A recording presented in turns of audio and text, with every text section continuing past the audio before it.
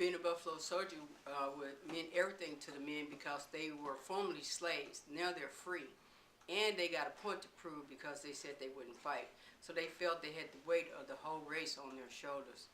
So it was very important for them to succeed. I personified several people.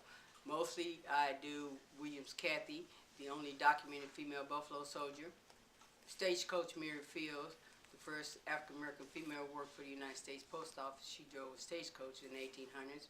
Henrietta Foster, she was a cowgirl. She led a cattle drive from Victoria, Texas to Dodge City, and she had over 10,000 cattle. Joanna July, she trained horses for the 9th Cavalry. And I also portrayed my ancestor, Lucinda Johnson.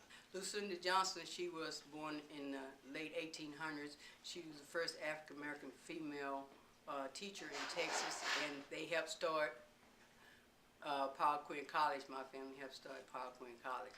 Women back in the 1800s faced the same thing as women today. We're not so different, we just have different obstacles. Mostly things ladies did and had to deal with in 1800 with isolationists, because your nearest neighbor was 30, 40, maybe 50 miles away, and you had to be everything. You had to be a wife, a mother, a sister, a nurse, a horticulturist. You had to cook and raise all your food, and you had to nurse. And we learned all the things from the Native Americans and from the Hispanic people. So everything we learned from the natives that was here first. Well, first of all is to let young people know that black people wasn't always slaves, and you cannot live one day without using the invention that a black person invented. And the black lady stories never told.